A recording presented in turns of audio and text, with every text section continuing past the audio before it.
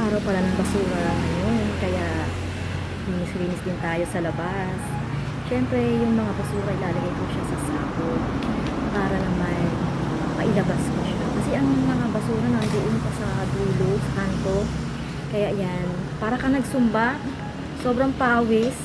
Kayo ba guys, nakawalis na ngayon o nakahiga pa rin kayo sa inyong higaan? At syempre, nag-iisip na naman tayo kung ano yung i-content natin, di ba?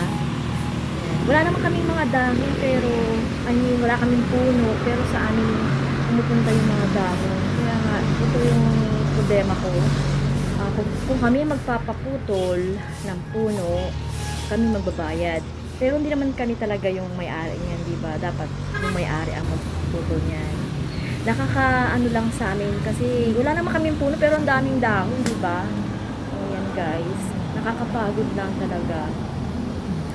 At syempre para ka nagsumba. Pawis na pawis kaya ako dyan. Ayan. Ilalabas ko na nga pala yung basura doon sa labasan. At pipikapin na yan mamaya.